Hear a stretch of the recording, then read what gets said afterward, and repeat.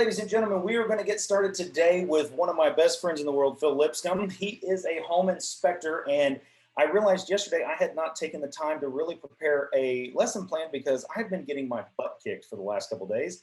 And so Phil and I went to lunch, and I'm looking at him, and it literally hit me like a ton of bricks. I said, "Guess what you're doing tomorrow, Phil? You're teaching us about inspections." And that's literally how it went down. And since he's such an amazing dude, he is here to help us with inspections. So what I love about working with Phil, so Phil is my inspector guy that I recommend 9 times out of 10. My clients use him. Please remember when you meet an inspector, and if you like your inspector, whatever it is not your choice on what inspector somebody uses. It is their choice. They are paying for it. Okay. So I recommend Phil to everybody that I use, and I have a little spiel with it. I said, "Hey, look, I recommend Phil for a couple of reasons. One, he's a friend of mine and I trust him. I've known him for years.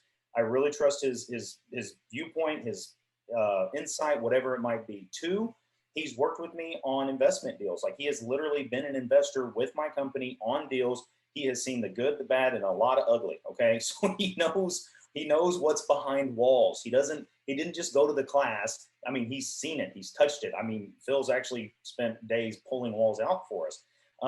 There's a lot of things that go into this, and so I really respect that. And number three is you do get to choose whoever you want. So if you'd like more recommendations, guys, you should recommend 3 inspectors at all times. All inspectors charge roughly the same, some more, some less, but it's kind of the industry kind of balances itself out. There are some people that charge a lot less, some people that charge a lot more. But for the most part, it's going to run you around $300 to $400, kind of depending on what's going on. So for that being said, the next thing that I tell everybody about inspectors before I let Phil take the thing here is, I kind of throw Phil under the bus, but I do say this to people. I said, an inspector's job is to point out everything that they can see that is wrong with the house.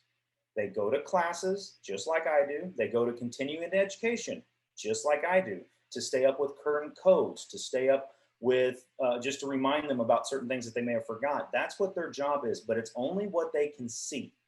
They are not going to be pulling back drywall to look at plumbing connections. They are not going to be, if the house is super crowded or you don't have access to parts of the attic or whatever it might be, it's what's considered reasonable to be able to inspect. Okay, guys, so that's a very big thing that I tell everybody.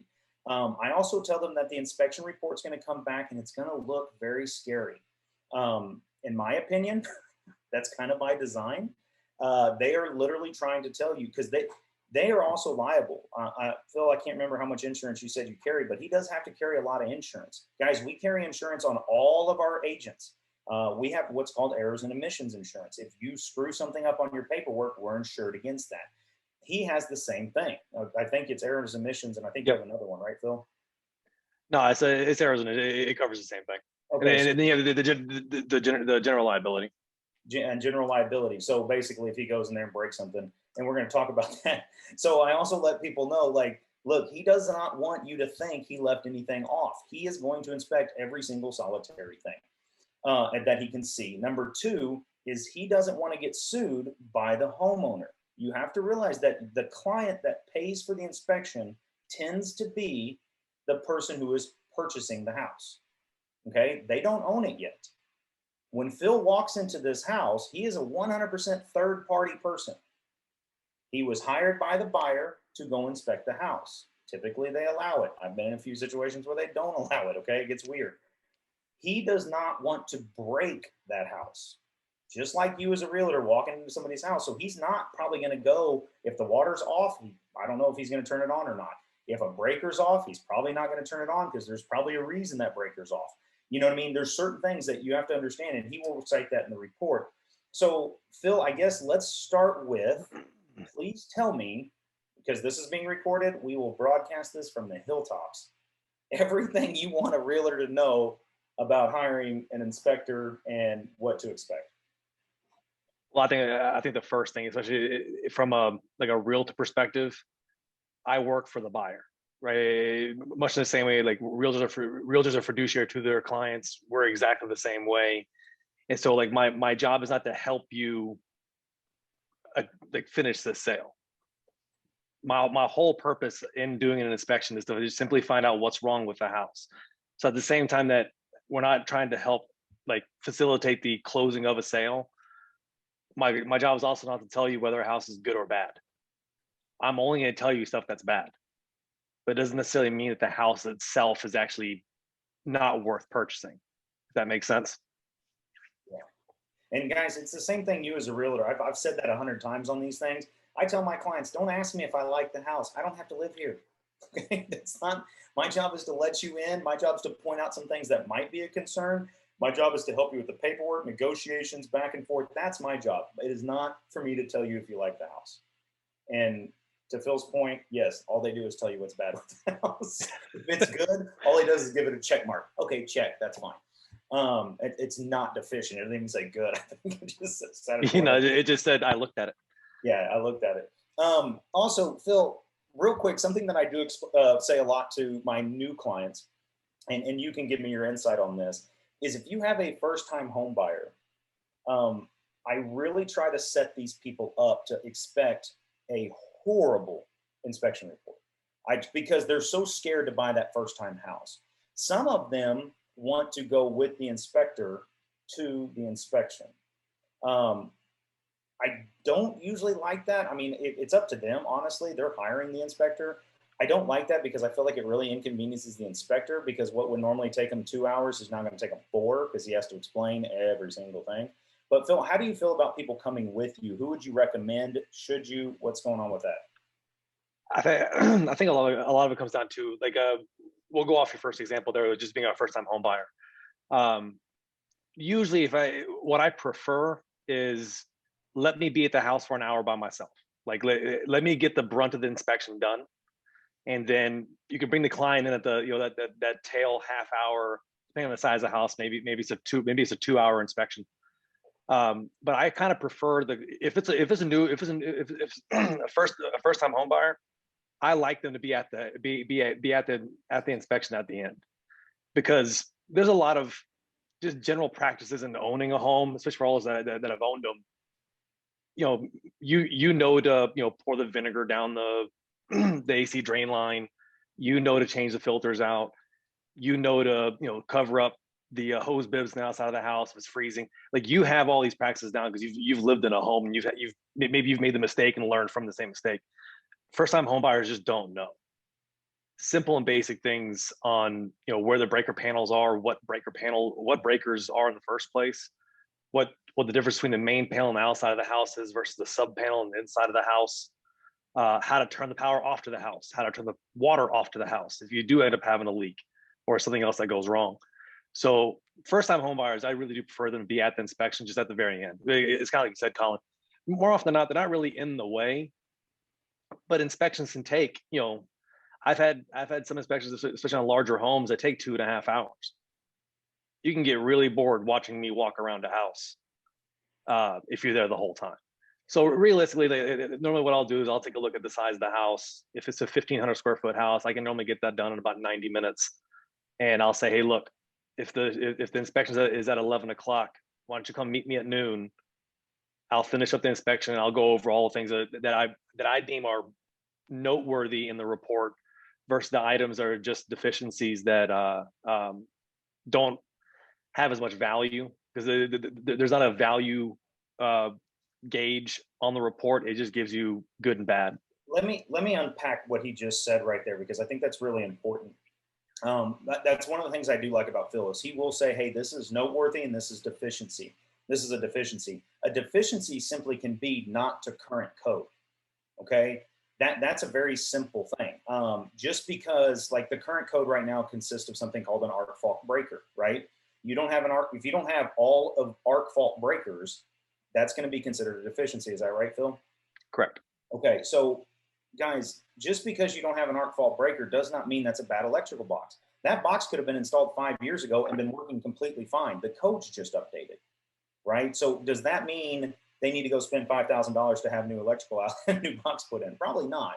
You know what I mean? So, but if if the breakers are smoking, that might be a cause for concern. Phil might go, you see the smoke coming out of that box? That's bad. Like, that's real bad. versus a deficiency just because it's not current code.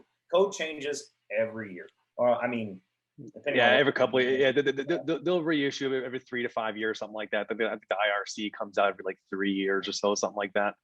yeah. And at the IRC, same, yeah, and the what's IRC stand for? oh, I think it's international. Oh man, that's a good question. I forget. Yeah, I know it's IBC, the International or Building Code, International Building Code. I've seen that one, and then the Residential something code. I can't remember what. Yeah, and there's like 5 different books, and every region uses something different, right? Like San Antonio operates off of a different code than Austin does, I believe, or at least off a different year. Kind of the same thing that we bumped into in Shirts. Shirts operated off a different year than what San Antonio did. Or yeah, sure. Is it the So International Plumbing Code? Is that what y'all are talking about? That's one of them. That's yeah. There's Okay. there's no like there's not even like a nationally accepted code level, right? Like every county is just going to decide on its own what level of current code they want to operate off of. Like there's plenty still operating off like a 2015 code book when it comes to permitting. Yeah, and also with that being said, Joey, that comment right there, it's very important to know that your inspector is not a licensed plumber. They are not. I was about to say that. Electrician. They are not a licensed roofer. They're not a licensed HVAC. They have a general, more than general, a little bit deeper understanding of how all these things work, but are by no means experts. Okay, so you will see on a lot of. I got a couple inspection reports from Phil that we're going to go over, that it will say, hey, I recommend bringing in a plumber to look at this because it smells weird and I think you should have somebody who really knows what they're doing look at it. And take it with a grain of salt, in my opinion, you know what I mean? But definitely take a look at it. So with that being said, guys, I want to go and look at a couple of not mine, but inspection reports that Phil sent me. And I'm going to let Phil do, well, I'll talk for a quick second, then I'll try and shut up because I know how I like to hog the mic. With every inspection report, not everybody uses this, but they all use a very familiar template. It all kind of looks like this right here. The first couple pages of it are going to show, who did it, license number, picture of the house. This, always glance at that because sometimes I've had inspectors do the wrong house. I've seen that happen. And Phil's laughing because I'm sure he's done the wrong house. Because I've pulled the wrong house, taken the wrong photo, and then forgotten to replace the photo after I went to the correct house. Yeah, same. So yeah, just glance at it. Payment. This is actually, it's weird that they put the invoice in here. Phil's company, they like to have it paid online. This is just kind of showing it, but it's also showing that he was paid for his services. That is important for him. Especially with the Z&O insurance, because that's part of it. Then the next 3 or 4 whatever pages. These are just CYA pages for me. That's exactly what I was going to say. Like, this is like, I don't even know what it says. I did glance at it one time, and it's basically like, I'm doing the best I can. If I can't see behind the wall, if I can't do this, I'm really trying, I promise. Texas real estate consumer notices, all that kind of stuff. It's a lot of just boilerplate. This is kind of interesting because this will help a little bit on certain things. Is it raining? If it's raining, he's probably not going to get a real good look at the roof, right? I mean, if there's a torrential downpour, he's probably not going to crawl up on the roof. That's a safety issue, right? So certain things like that no electricity, no water, no gas. I can't check the electricity if the electricity's not on, right? So he will note that in here. Temperature, 90 degrees. I think that's in there because, and correct me if I'm wrong, Phil, if it's extremely hot, you're going to have a hard time with your AC keeping up because he does check that. It's more so, let's assume it's more like 45 degrees outside.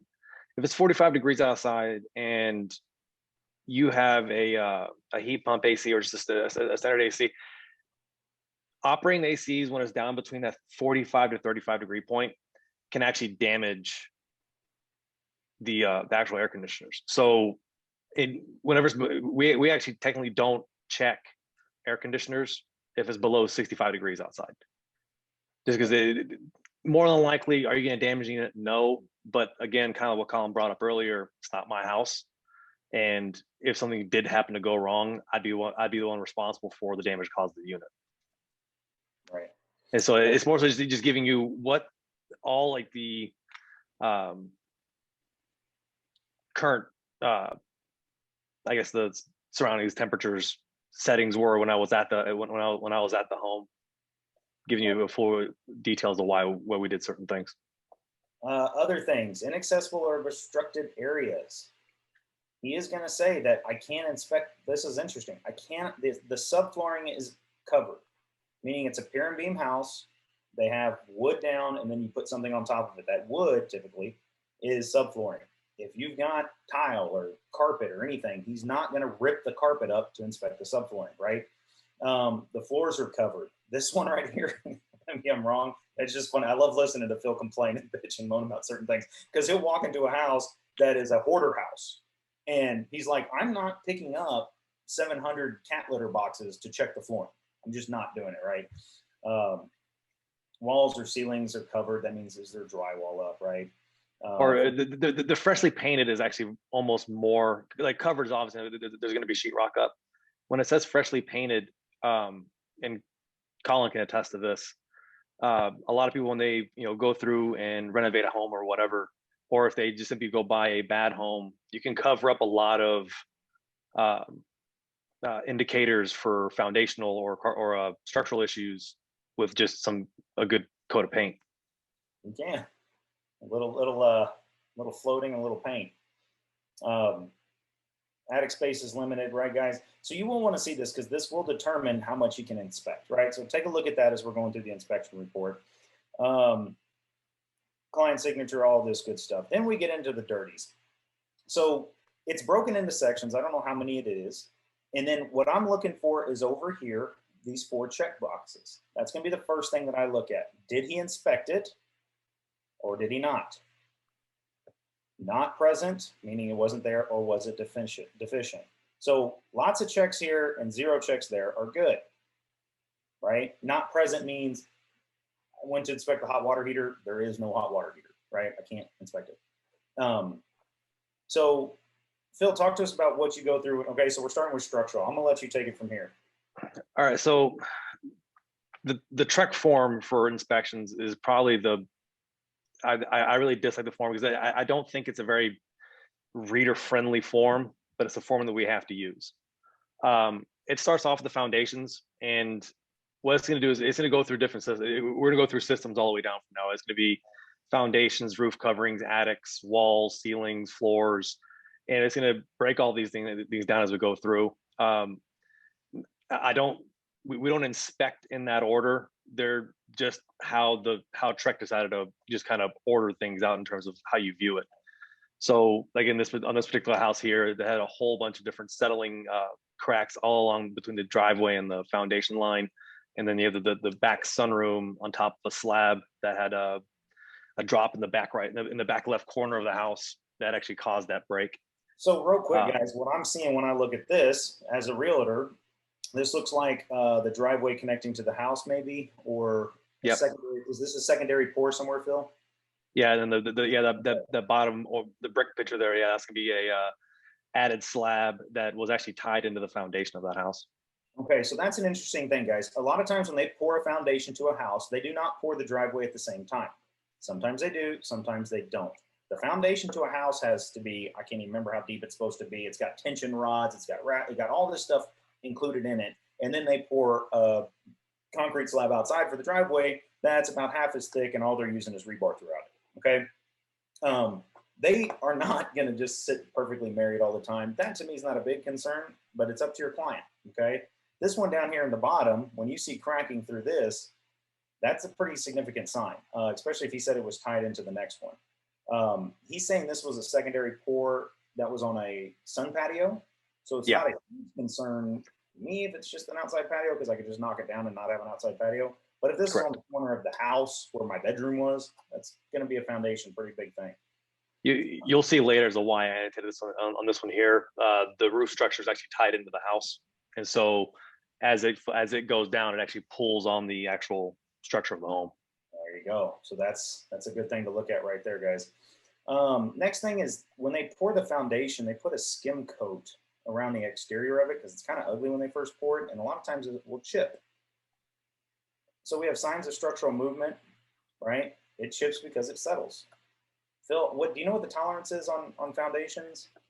I don't know the tolerance in that photo there in particular. There's something we call corner pops, and they're really common. They're not necessarily a structural issue.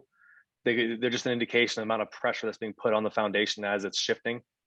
And so you'll see where the skim coat that Colin was talking about just now, and then you'll also see where there's actually a good chunk of the actual foundation that's actually popped off the corner. And that's where you'll find a lot of them is as foundations settle, depending on the amount of pressure being put on the corners of the house, the corner, the concrete actually just pop off the foundation there. Yeah, so if you see just, I don't know, I can't, let's see if I can zoom in here a little bit. That just looks like that skim coat right here to me. Not a big concern, but he's right. Sometimes it looks like somebody chewed on it. I mean, just this whole corner thing is popped off. It's a lot of pressure on the corner to me. And he's also pointing out right here, so this looks like that back sun patio again to me. Yep. That one's pressed against the other. Simple plate. Yeah, and that's gonna be where they tied in some more rebar in there between the two of them. Gotcha. So right here, suggested foundation and maintenance care, proper drain, right? And this is probably boilerplate stuff right here. Am I right on that, Phil?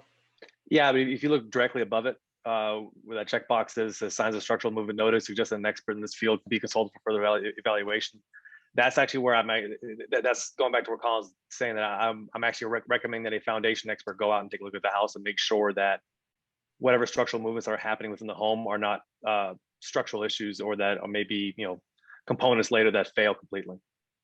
And guys, if they haven't already. As smart as I think I am, when it comes to rehabbing houses and all this kind of stuff, there's things that don't bother me, like this little coat right here, the top coat, whatever it is, but maybe it bothers them. I got to be honest, you're not going to find a house that doesn't have it, but if Phil checks deficient in any of these boxes, when it comes to this, that's going to be on there, right? He doesn't know the extent of the damage. It's only what he can see, right? He's not going to crawl underneath the house and dig a big hole and look at the rest of it, right? Grading and drainage. Oh man, I swear you'll see this on any house that doesn't have gutters. Yeah, please get gutters. The water just kind of pools next to the house, and what that does, guys, is it creates the water to continue to come to the house. The more water that gets underneath it, the softer it gets. Yes, you've heard of watering your foundation. Yeah, if you get gutters, but you're going to see that a lot. Next, we're going up to the roof. This is a pretty good roof. Yeah, I suspect what happened there is that whatever series of wherever these bags of shingles that they brought up on the roof, they must have rested something on it, or they damaged them prior to install, is what it looks like to me. But yeah, we're just pointing out from up on roof level. Now, ideally, you always want your inspector to be up on top of the roof. There's a growing trend towards drones, or just putting ladders on the edges of roofs and looking at them. I prefer to get up on, because there's a lot of spots. There's another one of the reports I sent you, Colin, that the roof had a lot of damage on it, and it's just, this actually might be it, where you won't necessarily see anything from the ground with binoculars or with a drone that you would see actually in person. Yeah, crawling up the roof's a good thing. That most inspectors are game to do it. It's going to depend on a few things. The weather, is it raining? Is it slick? Whatever. They're not going to get up there. I don't know, Phil, do a lot of inspectors have safety harnesses and all this stuff that's necessitated? Or is everybody No, you're walking. No, some of them will go by the shoes that like insurance adjusters will use to get up on roofs, because they have to get up on every roof, whereas we don't. It's really just a risk assessment that an inspector is going to take depending on the pitch of the house. Yeah, pitch of the house, guys, is, what's the house pitch like? If it's super steep, he's probably not going to get on top of it. Some 2-3 story houses, they're probably not going to get on top of, just being honest, right? Or they'll fly a drone if they have a drone. I know Phil has a drone. If it's too windy, he's not going to fly the drone, right? Sorry, I'm not sending my $400 drone up there in 40-mile-an-hour wind. Not going to happen. So we've talked about this before, guys. The boards that face the street connected to the roof are called fascia. The boards that face the ground underneath are called soffit. Okay, so he's going to talk about those. And then trim boards, guys, is that little, that's a trim board here, or anything around windows is trim. So as you can see, guys, the water's not running off correctly, essentially put. Phil, you might agree with me on this one. I don't know. To me, wood rot does not come from wood being wet. It comes from wood being wet, then dry, then wet, then dry, then wet, then dry. That's what causes it to rot. So this right here is a clear sign that you got bad water runoff. I mean, it's probably when you pour a glass of tea and it kind of sticks to the edge of the glass, it does the same thing here. If you zoom in, you can kind of see why. If you zoom in that little piece of metal up to the left there, right for the end of the fascia board, that's gonna be your drip edge. And you see how the drip edge doesn't run to the end of the board. The purpose of that drip edge is kind of like if you try to pour water out of a glass and the water just runs back up the glass as you try to pour it out. Rain runoffs can do the exact same. So as the water is coming down that pitch and running down that drip edge, it should have a flange that kicks out. It should also extend to the end of the fascia board, and that'll prevent that water from running back up and actually getting onto the wood and staying there, or actually getting constant flow over the wood, which is more than likely the reason why that particular beam is as rotted as it is. Yeah. And then you got to pay attention, because this is a structural beam that runs into the house. That's an extension. It's basically a buttress that's holding up your roof, your trusses, all that kind of stuff. This is a fascia board. It's mostly just for looking good, but like I said, water sticks and it'll crawl. God only knows where it'll crawl. But I'll show you in the second page where to do this. Oh, another interesting thing right here on roofs, guys. If you've got a roof that's not a straight pitch and there's something else coming out of it, there's supposed to be a piece of metal right here that keeps that water from getting up in there. Why can't I think of the name of it? Phil, help me out. Flashing. Flashing, thank you. There's a lot of flashing. I mean, that's just flat out missing flashing. That is going to cause a huge issue. Some people try and fix it with like tar or goop, basically whatever. It needs to be flashing. More signs of damage. Exposed or lifted nail heads. So this is just kind of just bad roofing habits, or you'll find it on like older roofs that are still fine, but there's basically like a putty that they should be putting on, like silicone works as well. There's gonna be one end cap or one cap of the ridge that's gonna have exposed nail heads on them, and they're supposed to be putting some kind of putty or silicone on top to prevent them from rusting out, because essentially once the nails rust out, they just become holes in your roof. Exactly. And so you just want to have some kind of silicone or putty on them.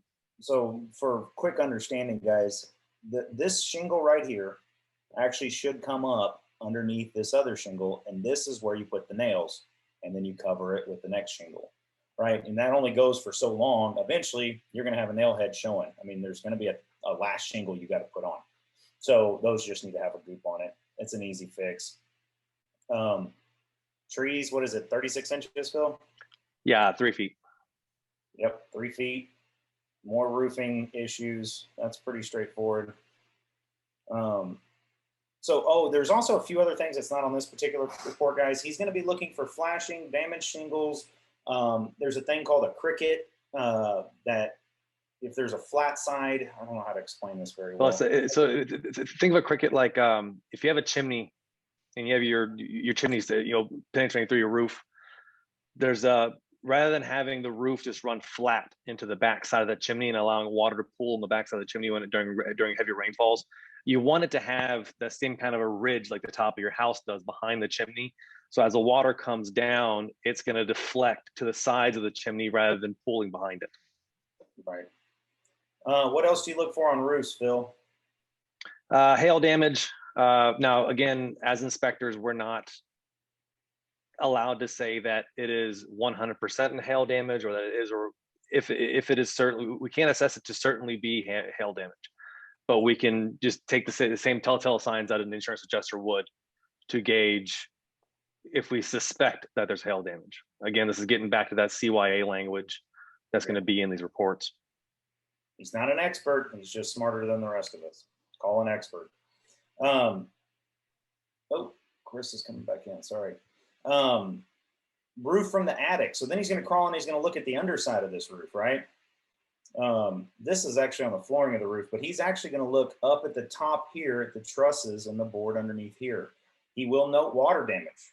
That if it looks like water damage to him, he's going to note it up in there as well. What else are you looking for in the attic? Looking at electrical connections, making sure that they're all in actual junction boxes, that the junction boxes are covered. Looking for insulation. You can tell now when they didn't do a very good job of it. Looking for any kind of like animal damage. Again, we're not allowed to specify if there is or is not animal damage. We could just put that we suspect that there is, even though it's obviously you can see droppings or chew marks or anything like that. Dude, again, in my old house, there was like the attic vent where you're supposed to let out air. There was a bird that got in there and it built a nest. And I saw the bird. It was a sparrow. I mean, it was a tiny little bird that had about an 8-foot nest. I mean, 8 foot of just twigs and things and bird droppings. And oh, I was mad. That was tough to clean out and it was really hot. He will also take a look at all of these boards that are coming through here. A lot of people will kind of piece these boards together in weird things. There's a lot of structural things that go on in a roof, and it's not within the scope of this to talk about it, but you will see some weird stuff with the way people piece together trusses. And he's going to tell you to call an engineer, basically. He doesn't know. He cannot tell you if that's load bearing enough. He cannot tell you any of that stuff, but you'll see somewhere, oh, there's an insulation board. Just a little bit of one. All right, interior walls. I love this picture here because I think this is a great picture. This is a crack that cuts up corner, I can tell, I already know, from a door frame. And you can see that they painted it, so you can't see it very well. Phil still caught it. Good job. This is a telltale sign of foundation damage, guys. Yeah. See, there's another one. Comes diagonally from the corner. And I think the one is when you're walking clients through or anything like that, the one important to note is if it's diagonal, that's a sign of either a structural element within the framing or something with the foundation.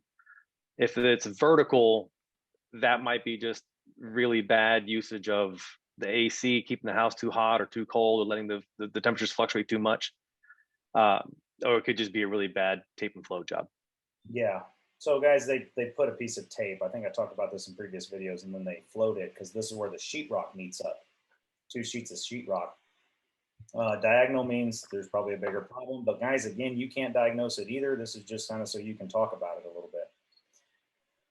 Looking around the outside of the house, again, we're seeing water damage all through here, and he's pointing all this out. This is a pretty rough house because I see a lot of water damage. Ooh, he also talks a lot about sealing. So what's going on here? I honestly don't know what happened with that hose bib there. It looks like someone's wrenched it off to the side rather than trying to repair the pipe. But the pipe's probably just, at least they're assuming the pipe's fine, and they went and sprayed a bunch of liquid nails in there. Yep, and liquid nails are not sufficient for insulating a house or for any kind of sealant coming in and out. Again, we're seeing more water damage. What else do you look for on the outside of the house, Phil? Checking the trim and actually, go ahead. I was going to say the foliage touching the house. Yeah. So now, if you're doing like a WDI inspection, any kind of plant life touching the home is going to be a conducive condition anyway. But at the same time, even in general inspections, like anything that's going to be touching the home will begin to wear down any kind of siding or anything of that nature pretty quickly, just because of wind and it brushing up against the house. It will eventually damage siding and things of that nature. So trimming those kind of things back about 18 inches is what you want to do. Yeah, guys, by the way, he said WDI. That stands for a wood destroying insect. Not all inspectors are certified to do a wood destroying insect. So they're looking for, I know VA requires a WDI. They're looking for things like carpenter ants, termites, anything that might be in that house. And he's looking for a visual inspection. If he cannot see it without ripping the walls down, guys, If you really want to get into it, you can hire a pest control guy or another licensed guy to come in and do it. The inspectors are going to give a general, are there conducive conditions? Meaning, is there a wood pile next to the house? Is there plants that are touching the house? Is there an ant pile next to the house? Whatever it might be. I know on my personal house, there was the one I live in right now, there was a tree that was too close to my house, and that tree had carpenter ants. So I had to have the tree treated because it was too close to the house. All right, looking at floors. General on floors, what are you looking for, Phil? Again, this is going back to just kind of tying into the foundation section. For tiles, we're looking for any kind of cracking that goes actually across the tile. We don't care about the grout lines. By the way, these same are thing with it. Lines, same thing with like wood flooring, any kind of buckling that's happening between the seams. And then going back to water stains, just because they do help kind of diagnose if you see other issues that may actually contribute to showing you where maybe a water leak might be. And guys, pay attention. If you see a water stain on the ceiling, it's pretty evident. I mean, it's usually like a yellow discoloration on your ceiling. That doesn't always mean that the roof's leaking. Okay, it could mean that the air conditioner's leaking. It could mean that you've got a rat in there that's peeing on it. Okay, there's a lot of things that could mean.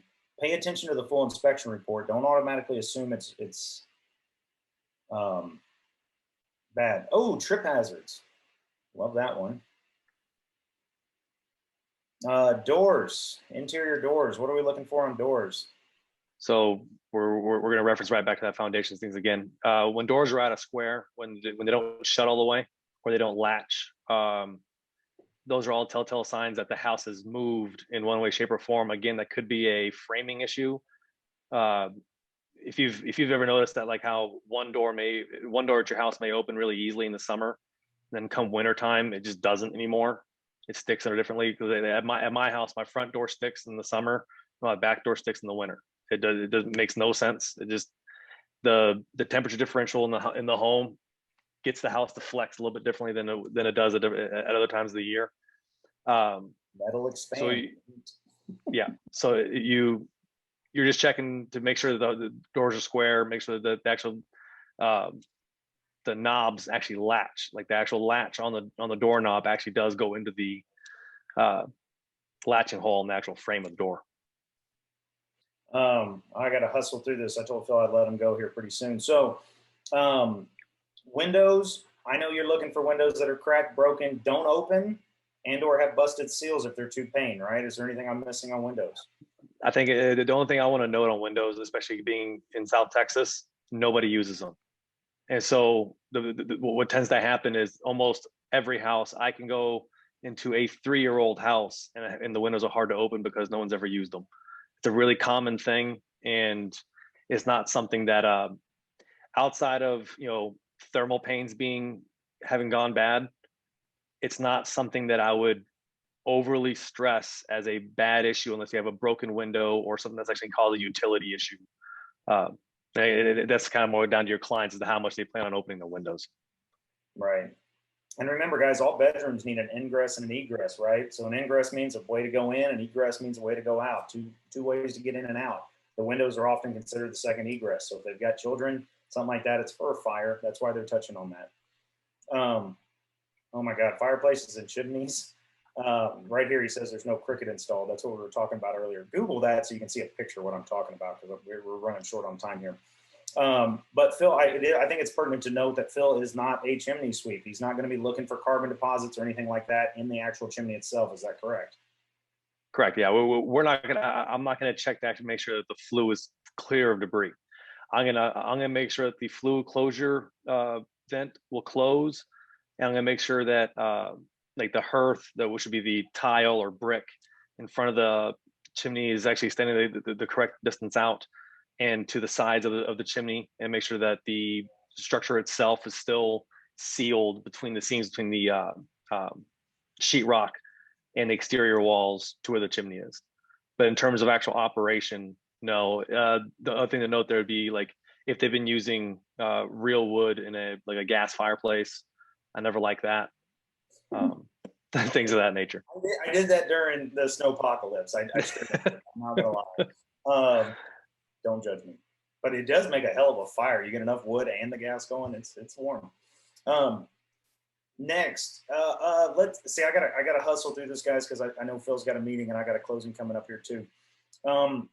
Electrical guys, he's gonna point, like, I'm gonna breeze through this and correct me where I'm wrong, Yeah, Phil, you good.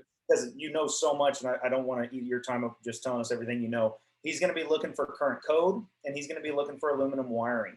Aluminum wiring is not bad. It is not the death of the world, but it does create problems. It needs to be properly mitigated. You can leave aluminum wiring in a house 100% to code, but there's certain things you have to do. He's just going to point out, hey, there's aluminum wiring and we're missing some stuff. He's going to tell you if your breakers are up to code, and he's going to, you pull off the panel. So guys, this is what your breaker box looks like. This big piece of metal, he will pull this off, and we're watching all the connections. That's how he knows if there's aluminum wiring in there. He will be taking a look at that. Again, he is not an electrician. He will go around and check all the plugs. He'll make sure that they're all functional. If they're not functional, he'll notate that on the report. Also, he'll be looking for GFCIs during wet areas. And Phil, do you check like the building standards when it comes to how far apart the outlets are, or do you care?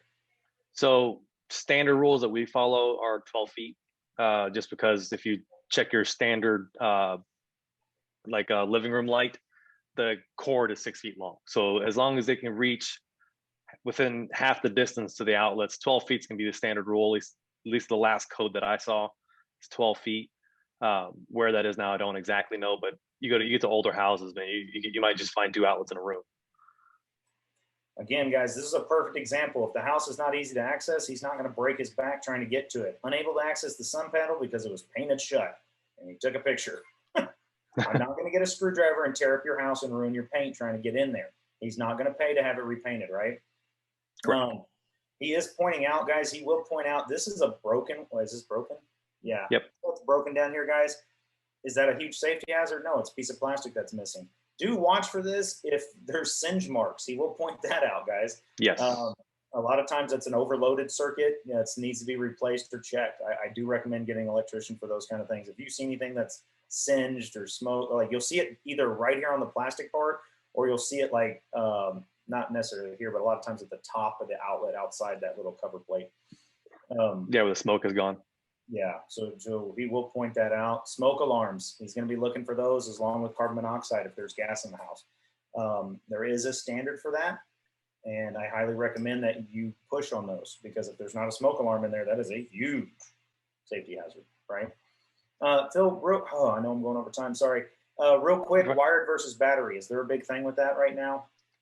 No, as long as they function. Now, again, this is going back to that new home buyer conversation we're having earlier. If it's a new home buyer, going through and talking about checking the smoke detectors once a month, doing the due diligence that you need to make sure that your family's safe. That's going to be one of the things that we talk about often, and ensuring that there's actually smoke detectors in every room and hallway is going to be one of the important topics as well. But no, in terms of being wired or battery, doesn't really matter as long as you're going through and testing them. Yeah. So next one, HVAC. That's what HVAC stands for, guys. Heating, venting, and air ventilation and air conditioning systems. He's not licensed to do this. He's going to check a handful of things. A, does it work? He's going to want to know what the internal temperature of the house is, and he's going to shoot with a thermometer, a laser thermometer typically, what the differential between the air temperature in the house and what's coming out of the unit. That's going to give him a pretty good idea on how the unit's working properly. I've never seen an inspection where they don't recommend somebody comes in and cleans it. and you shouldn't. Like it should be a standard recommendation for anybody buying a home, whether you're a first-time home buyer or a 10th-time home buyer. Okay. Always have the unit serviced prior to moving in. Yeah, he's not going to check the Freon levels. He's not going to check the connections. He's not going to. He might point out in the ducts up in the ceiling, so you can. Oh, yeah, this one here is really bad. Yeah, he's going to point out. So what is this, insulation? Yeah, that's the vapor barrier on the outside of the ducting is completely gone. Got chewed up by animals. Yeah. Okay. So this is the duct, right, guys? It should look silver most of the time, right? Sometimes I've seen white, but most of the time it's silver because there's a moisture barrier. It's cold in there. It's hot in the attic. that creates condensation, right? So we don't want moisture to be gathering up in this attic, so then it leaks and now we have all this wetness. And so, guys, it's pretty self-explanatory in the HVAC. If you got questions, call. Plumbing system. Once again, guys, he's going to go through and tell you which knobs work, which knobs don't work. He's going to check the PSI on the house. Average PSI should be, I feel like everybody tells me different. Yeah, I wouldn't really worry so much about an average. And these things are just recommended pressures as well. So like on this house here, it had 95 PSI on it. That's all that means, that it's going to wear out the fixtures faster than if it was within the optimal range of 40 to 80 PSI. Below 40 PSI, you're just getting a trickle of a shower. Yeah. And if this is like 150, you're probably going to bust a pipe somewhere, right? I mean, it's you're going to have a really wet house. Yeah. One of the important things, guys, that's important to me as I'm looking at houses, and most inspectors don't do it. Some of them will do it with an extra charge, but very few will, is something called the static test. He does not know if there's any problems so a static test designs, you fill up all the basins in the house full of water and clog the clean out and see if any of them, so that's the one that goes to the street. So if you do that and the water level still drops, even though it can't drain to the street, it's indicating that there's a leak somewhere in the house. Phil, do you do static test? I don't even know. No, as Trek licensed inspectors, we have to be licensed plumbers as well to do it. Got it. So you got to call a plumber. See, I'm learning something. Exterior hose bibs do not have backflow prevention. Guys, that's a new code. Pretty much 99% Yeah. in San Antonio, the exterior hose bibs don't have backflow prevention. What is it? It's a little thing that goes on the exterior faucets that keep water from going back into the house. What else do you check for? Oh, dude, hot water heaters. Man, Phil, I know we're a little bit over time. Just give me let's cover something on water heaters real quick. A big misconception is that every water heater, if it's in a garage, has to be 18 inches above the ground. That's only applicable for gas water heaters because there's a pilot light. And if you're storing it in your garage, oftentimes you've got your lawnmower and your gas cans in there, and gas settles. The actual fumes will actually settle below 18 inches, and so that's actually, I think the average is like between 12 and 14 inches, but 18 inches makes it safe. So you want to keep that pilot light that's at the bottom of a water heater above 18 inches above the floor level to make sure that the gas fumes coming from gas cans doesn't reach that pilot light, causing a boom. Other things with water heaters is going to be that you'll see, you see right there. So the T and the TP valve, that's the temperature and pressure release valve. A lot of times, not a lot of times, water heaters can over pressurize, and that pressure release valve is going to be an added safety feature that's on water heaters that prevents them from exploding under the excess pressure. I don't normally actually actuate that pressure release valve because depending on how old the unit is, that valve won't close again. So I'm going to verify that's there, but that is a function of those items. And if we note something that's wrong with it, like this one here says that the drain line runs uphill.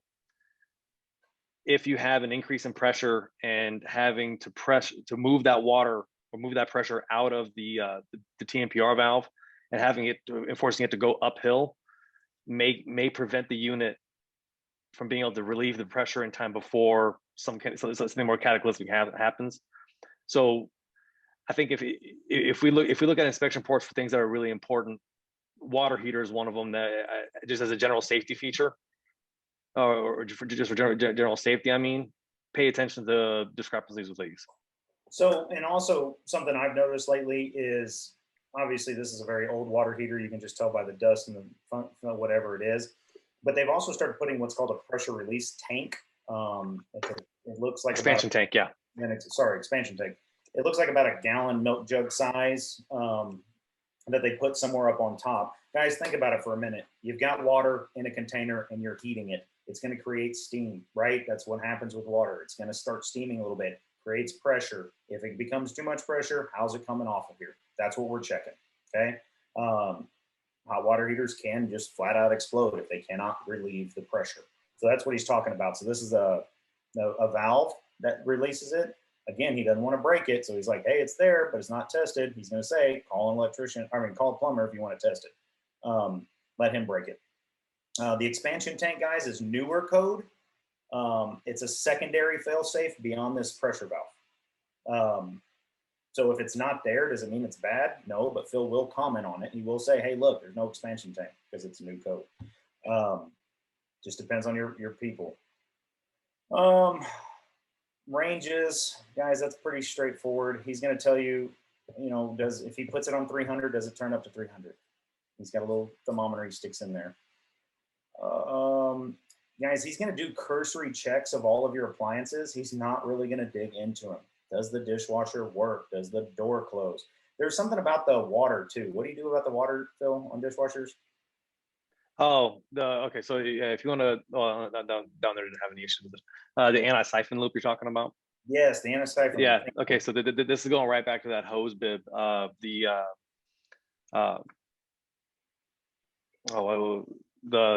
When we were talking about hose bibs earlier about not allowing water to filter back into your main water supply.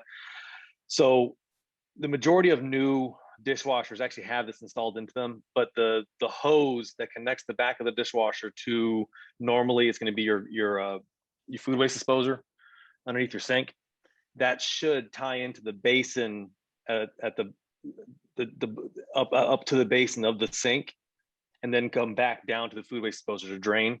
And what that does is it creates an air gap in the hose line, preventing water, like dirty water, being siphoned. Let's say you stop running it and water starts running backwards back into the unit. That water can go back into your fresh water supply in your house and dirty the water supply that's coming out of your standard sink. And so the purpose of that anti-siphon loop is to create an air gap so that if water does cycle back down towards where the water towards the geez, lose my words here, where the water is actually coming into the dishwasher from, all that's doing is preventing water from draining back into your primary supply. Yeah, guys, you're supposed to have those anti-siphon or backflow preventers on all exterior hoses. You're supposed to have one on your irrigation system. You're supposed to have one on your dishwasher. You don't want dirty water coming into your clean water, period. If for whatever reason the pressure backs up, you don't want it coming back in there.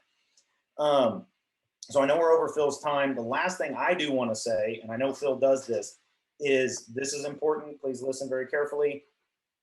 Because if you're buying a new home, a new build, and they are building a house, you can still call an inspector to do site visits and inspect now that the walls are removed, right? We're building a house. I can see the pipes.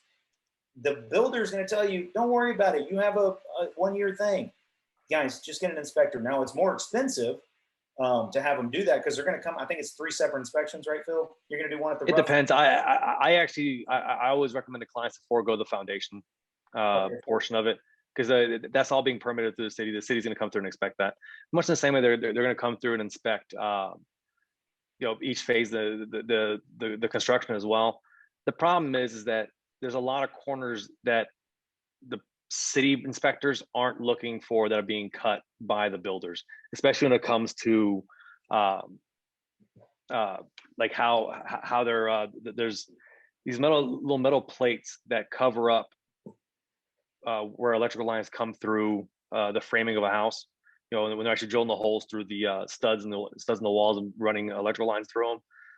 A lot of times, city inspectors don't go through and gauge all of them, whereas we will. Other aspects of it will be, I'm trying to think off the top of my head here when it comes to phase inspection. The main thing that I like to point out is builders will cut a bunch of corners, and depending on if you're in city limits versus out of city limits, different standards are going to be upheld, and upholding to the tighter restrictions, especially on a new build, and keeping a builder responsible for what they're doing. A good example is going to be I think it was Highland Homes during the freeze here, where I think they had 32 homes in the same neighborhood, the same water pipe burst in the master bedroom. And that's because they didn't insulate the walls correctly.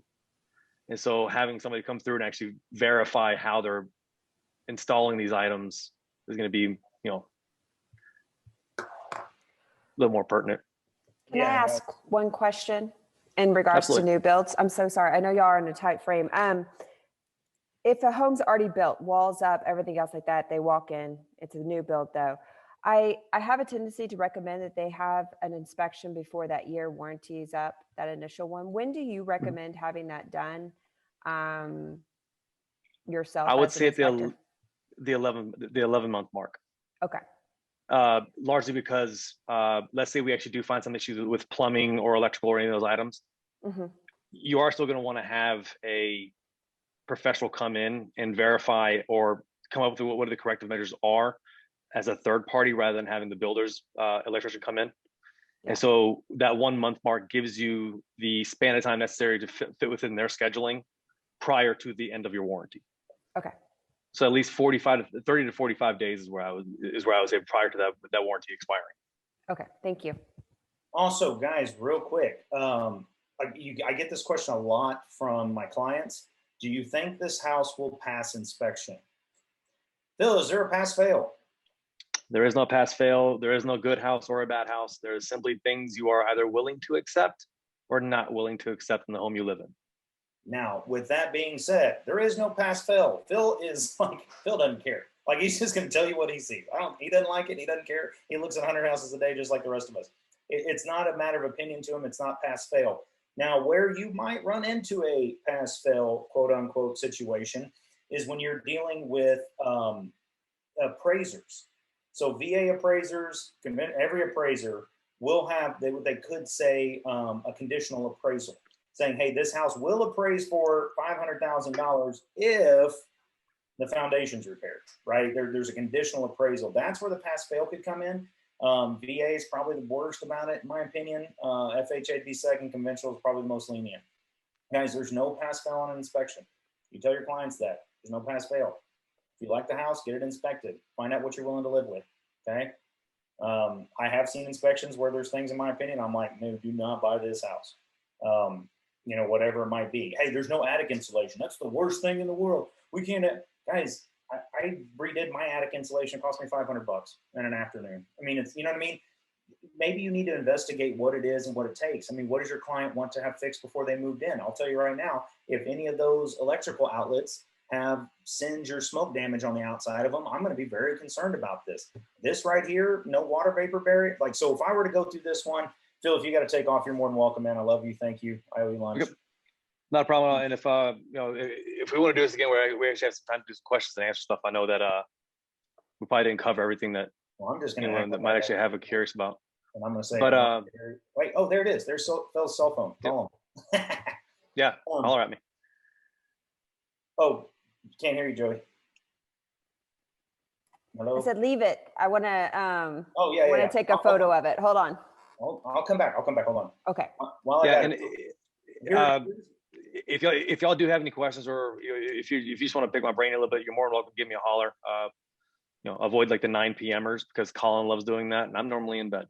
But any time other than that, feel free to call me. I'm happy to talk things over with you. Thank you. So what I'm going to do real quick, just for everybody's edification, just as a realtor, I'm just telling you, this is my opinion. This is not what you say to your client. This is just the way I would literally look at this inspection. I'm going to flip through here. Deficient. Why is it deficient? It's cracking here, here, and here. Don't care. It's the driveway, whatever. Oh, that's kind of scary. Like Phil said, is the roof of this porch tying into the house? If so, it's going to start pulling on the roof. I don't really like that. I'd want to see how bad it is. I might call my foundation guy in. Anytime I see cracks in the brick, I'm going to want to talk to my foundation guy. Hey, Colin, I'm going to step in and say bye. Thanks a lot, guys. All right. Thank you. There is a tolerance acceptable, guys. I want to say it's like 1 inch for every 30 feet. I don't know. Talk to the foundation guy. If I see cracks in the brick like this, especially if I can see daylight in between it. If I just see cracks in the mortar, it might be starting. If this kind of stuff, that's not good. anything like this, the skim coat that's cracking off here doesn't really scare me. This doesn't really scare me at all either.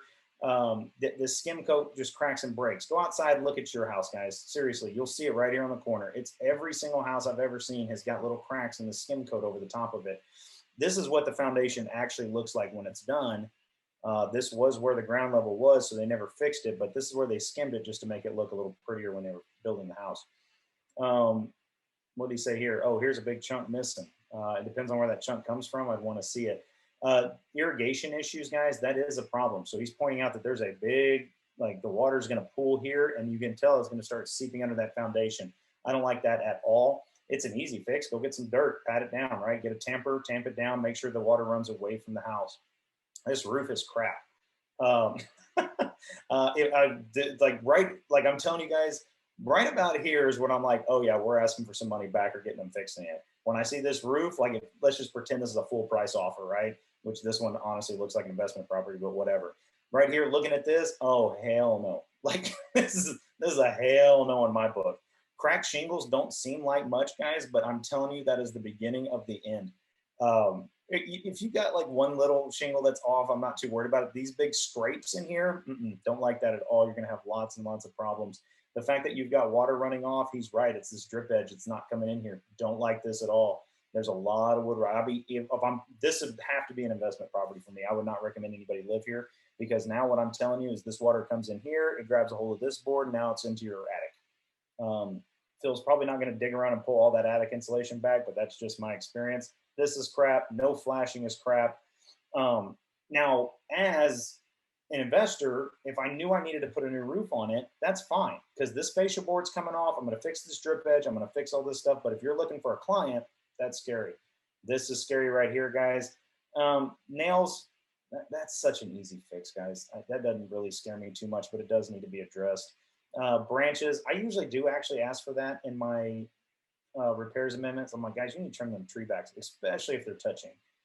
Don't want that.